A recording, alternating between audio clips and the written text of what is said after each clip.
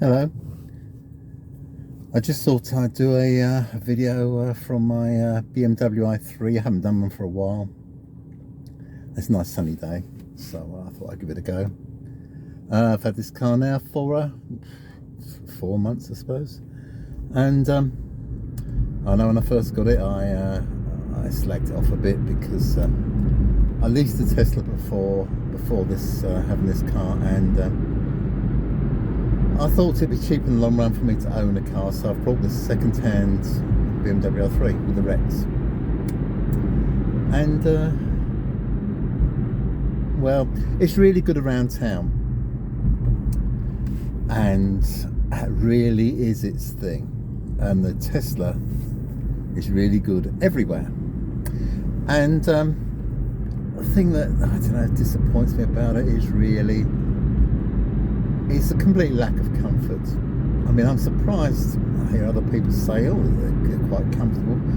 I think I tend to be BMW fans, because it seems to me, from what I can read, because I haven't driven many BMWs, is that BMW owners aren't bothered about discomfort.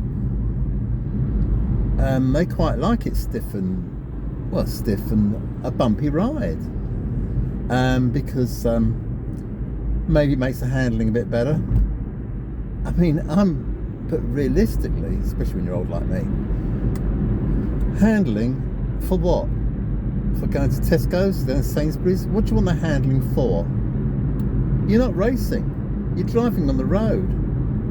So for me, and I've had cars in the past, and the cars I've really liked, when I think back, and when I think why I haven't warmed to this car, the cars I've really liked in the past are cars that are really comfortable, really quiet, and pretty quick, with lots of torque.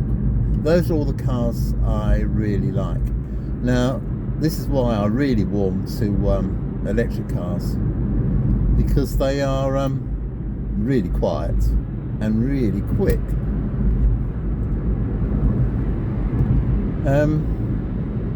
I say it disappoints me with BMW i3 that it's thrown away its advantage, as far as I'm concerned, because its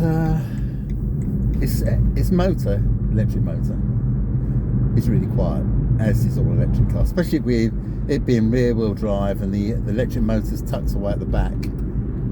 That makes well, you can't hear the electric motor. You can't hear it at all. Which is nice. I like the rear wheel drive, that's okay. It's quite nice. But I find it hard to accept the rough ride and the way it is so... It's nice and stable on the motorway, but it's... the change in road surfaces, 70 miles an hour, changing road surfaces, it is really loud, really loud. I don't know which motorways you go on, but here in Britain, some are sort of made up of chunks of concrete with a bit of a filler in between, and the thump thump thump thump as you go over those in this car is, well, I think it's unacceptable. And that is my big disappointment. And thinking back at the cars I've had in the past, the cars I've really liked are ones that, let's say, quite smooth and waft along. I don't want to jiggle along, and this car is a jiggler. I don't want a jiggler. I want a car that wafts along the road smooth and quiet, with an air of superiority, if you like. It's only my opinion, but goodness me, the roads are really quiet. So this thing, it jiggles along. Don't like jiggling along.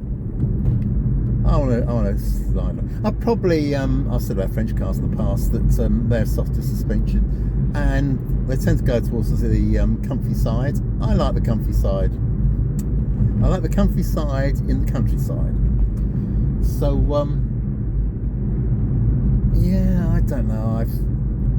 I think it's a lot of damage is done by the media, when they go and test cars, and they get in the car and they take it around the racetrack, and Top Gear, oh, it's got a bit of understeer and it's got a lot of oversteer, and the brakes aren't quite responsive. Oh my God, who gives a monkeys when you're driving around the roads? Who gives a... But it puts people off the car. People read it and think, oh, that's not a very good car then. Well, I mean, I'm going on this road now. This road is smooth. But, I don't know, you can tell, but in this car, it's not smooth. This is about as smooth as you're going to get on a non-motorway. And in this car, it's not smooth. And yet this is a good road. You see, I don't know if you're getting that. Well, I'm getting the fact that the roads in Britain are a bit potholey and bumpy. But this is a good road, but the ride is not good. I mean, stopping here, this is nice. It's stopping at the traffic lights, and it's deadly quiet. Because the the motor, of course, isn't running because it's electric. And it's really, really nice. I'll even turn the heater off. So it really, really is lovely and peaceful. But you can't get over. I just can't get to love this car because it doesn't give me the sweet ride. So it was the wrong car for me, but I had no choice. I had to have an electric car. I love electric cars. This is the only one cheap enough with a little bit of performance, and the Rex is essential when you're going down the cheap road, because this, even though this is a 33 kilowatt one, which is the bigger battery of this is a 2018 BMW I3, in the winter the range is 100 miles, which isn't a lot, is it? So the Rex is vital, and I quite love the Rex because I can drive this and not worry, because the Rex cuts in when the battery's low. In fact, you could drive around all the time on Rex, I suppose. A bit missing the point, because that's costing you money. When you charge it up, this car is virtually driving free. A couple of pennies a mile to drive this on electric.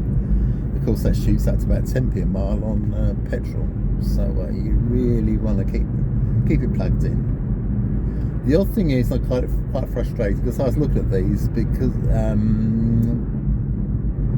yeah, but they stopped making them a while ago. They didn't catch on. They're ahead of their time, and it's a car. I think that's a really nice car. And also, I'm a bit of a Vauxhall fan because I used to do loads and loads of mileage. Doing my job, I used to be a stock taker, travel over Britain. They used to give me a company car. And the Vauxhalls I had, Vauxhall Cavaliers then, so far back, were really smooth and quiet and comfy. Loved them. Then, because you didn't have a choice, they just said, no, get another one. I had a Vauxhall, no, not a Vauxhall. I had a Ford Sierra at the time. Oh my God, it's dreadful. It's so slow. And you shed loads of petrol. I kept telling back to the garage, there must be something wrong with this, because using massive amounts of petrol, and it's really slow, but they never found anything wrong with it. So that was probably the worst company car I ever had. And then then I had a Rover, the last company car I had, a Rover 214, and I used to carry around people as well, so 4 in the car. Oh my God, it's absolutely hopeless. Actually, probably worse than the Sierra. On the motorway, it was, well, that was all engine noise. Don't worry about road noise in that. The engine noise drowned everything out. It was struggling big time. I mean, revving so high. Horrible car for the job I was doing. And the Vauxhall seemed to be absolutely built for the job. It was the business. Vauxhall Cavaliers were perfect for the type of thing I was doing. So yeah, so I quite like wafty cars, and the Vauxhall Cavalier are not, of course, cars that are mass produced and mass used like that, and of course they stopped making them, of course, centuries ago, were not greatly thought of as wonderful, because the press think of oversteer and understeer, but I liked it going down the motorway in my Vauxhall Cavalier, smooth as silk at 80 miles an hour. Well, maybe not 80 miles an hour because it's not loud. 70-ish miles an hour. Smooth and quiet. Lovely. Just what you need for doing hundreds of miles or 1,000 miles a week. Just what you want is that Vauxhall Cavalier at the time. Very nice. Nice and comfy, nice and peaceful. Yeah, nice all round. Nice light steering. Later ones are power steering. Very nice. All in all, wonderful. So now, I love electric cars because I can't afford a Tesla, which is my dream.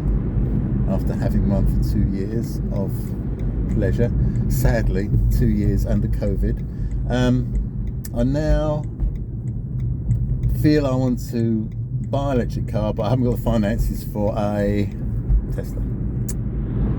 Boo-hoo me. I know you're probably all thinking, oh, poor you. Well, I know it's rubbish. It's what's it? What they call it? A third world problem or something like that. And anyway, so yeah, I'll sport by having a Tesla.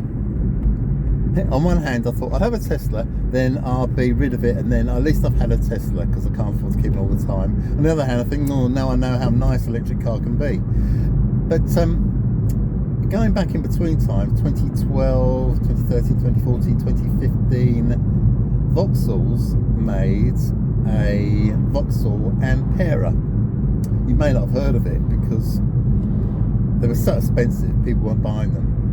But now they probably will be flavour of the month because now electric cars are the in thing. What I love about the Vauxhall Ampera, I've never driven one, but I may actually try to drive one because it sounds to me like a wonderful car. Sadly, because they stopped making in 2015, and the residuals on them, to buy one is really quite expensive. A lot of them got really high mileage, which to me always indicates that the car is pretty nice. Yeah, the Vauxhall Ampera.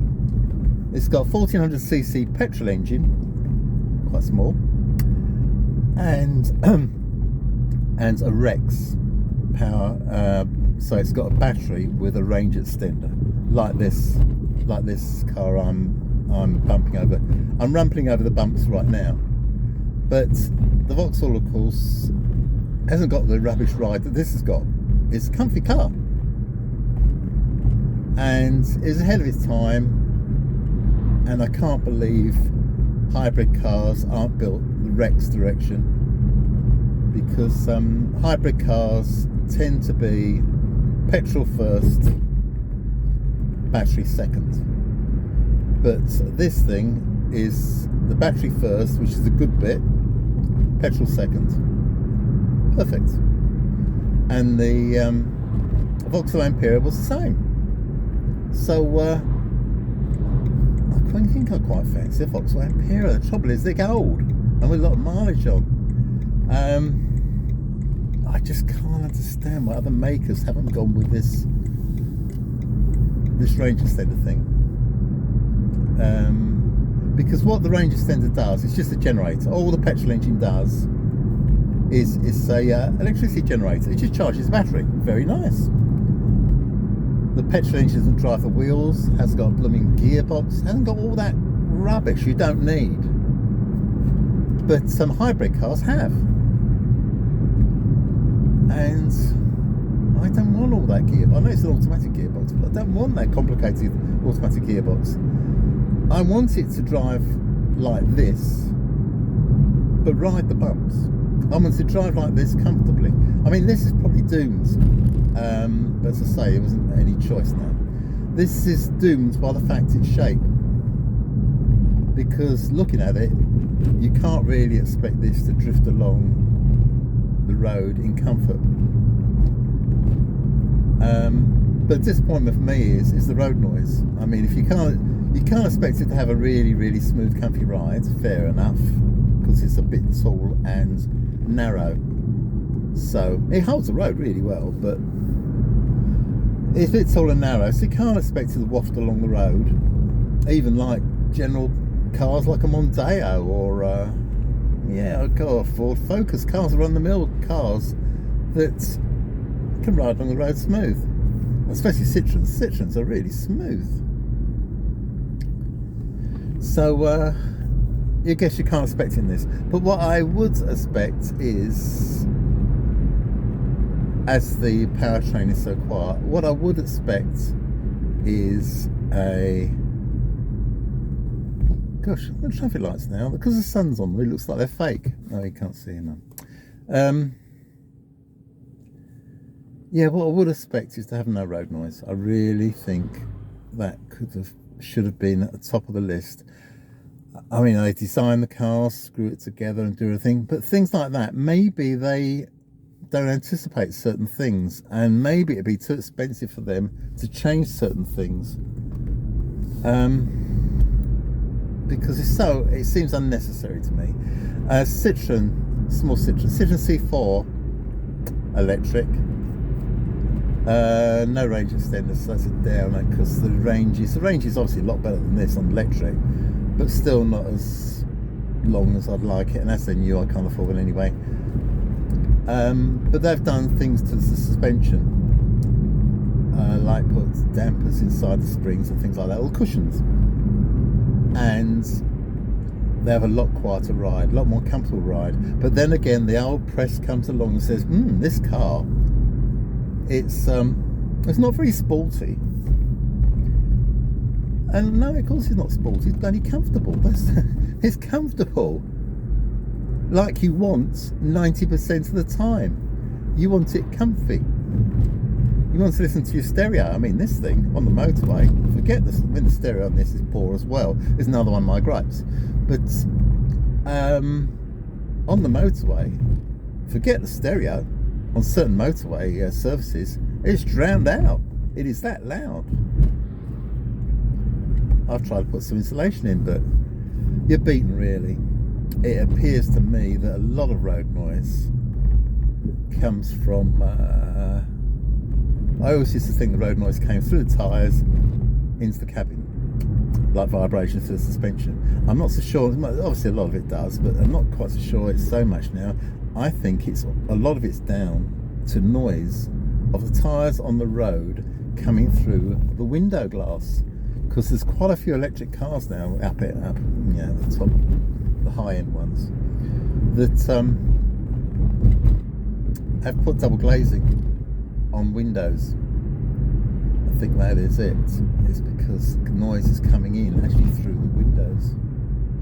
It's not quite so dramatic in petrol and diesel cars, because they're noisier anyway. But electric cars are so quiet.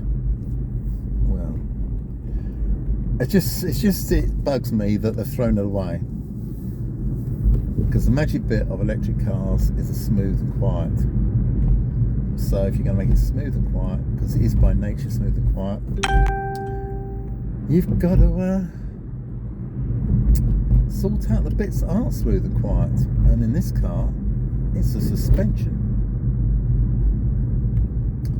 That's why this Vauxhall Ampera feels to me like, I know let's put it this way, if I drove it, I know I'd like it, because it's got supple suspension and a quieter ride. Vauxhalls tend to go a bit towards quieter ride, and of course and it's got no range anxiety whatsoever. In fact, it's got over 300 miles on petrol and another 50 miles on battery, so actually it's got a longer range than most petrol cars. So sounds perfect, because it's so expensive at the time. I gotta say, it's ahead of its time. It's so ahead of its time, and being a Vauxhall, people didn't want to shed out. It's about the same price as a Audi A6, and Audi A6s have got the name, and Vauxhalls haven't. So people didn't want to cough up their money. So the car was rare, but anyone who's got one absolutely loves it, and they don't want to. There's not that many for sale on the open market, because people want to hang on to them, because in a way there's not much to replace it. So Ampera sounds good, ahead of its time. Bring it back, or better still, batteries have improved. The Ampera with the Rex with a doesn't have to be a bigger, physically bigger battery, because technology's moved on. You could have 100-mile range with the same size battery, because technology has moved on. What a fabulous car.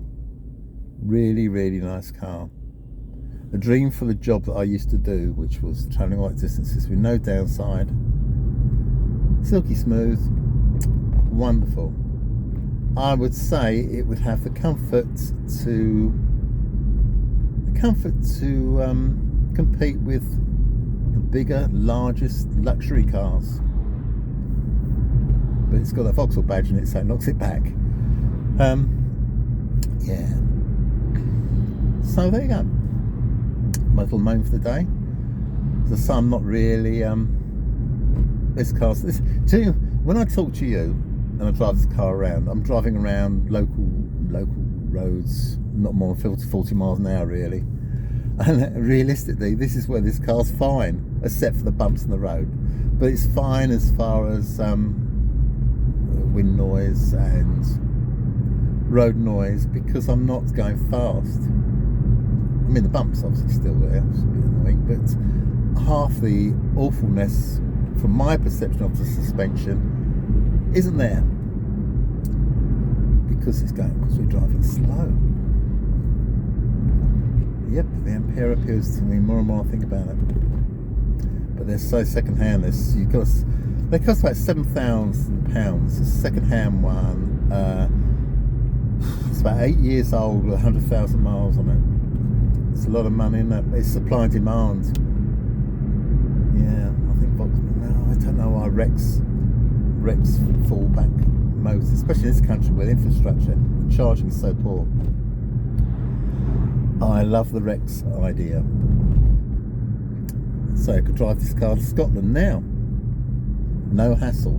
If I drove this car to Scotland without the Rex, which of course, they stopped making the Rex, ridiculous. Gosh, I'd have to blooming study, because I'd have to stop a few times on the way. It'd be a pretty, and I had to stop for quite a long time on the way. It'd be a pretty unpleasant journey. I'd say it would be a right pain in the neck driving this. No, not driving this, it's got the range extender. Driving one of these without the Rex to Scotland, a bit of a pain in the neck. But talking of cars that are good or not good, some cars spring up as good by sheer numbers. A car that must be good is, and everybody hates them, but everybody loves them as well. It's the weirdest thing. The mini cab driver's dream car, and we all know what that is. It's a Prius, Toyota Prius. Mini cab drivers love them. They get loads of miles per gallon because it's got a little battery, which helps them pull away from the lights and around town. All the bits which petrol cars hate. So the miles per gallon on those is pretty good. So, and what makes them a great car is if you look on selling sites, second-hand car sites, there's Toyota Priuses with over 300,000 miles on the clock. Now, if that's not a great car, what is? I can remember the old journalist saying, "Oh no, understeer, oversteer. It's a bit it's not. It's a bit it's ugly and it's." But my God, if you want a car just to drive around, and you can see cars that got 300,000 miles on the clock, that car definitely can be driven about, can't it? Really, that's impressive. Nobody can say a Toyota Prius isn't going to do its job. It is the business for doing what a car's made for, really, drive from A to B.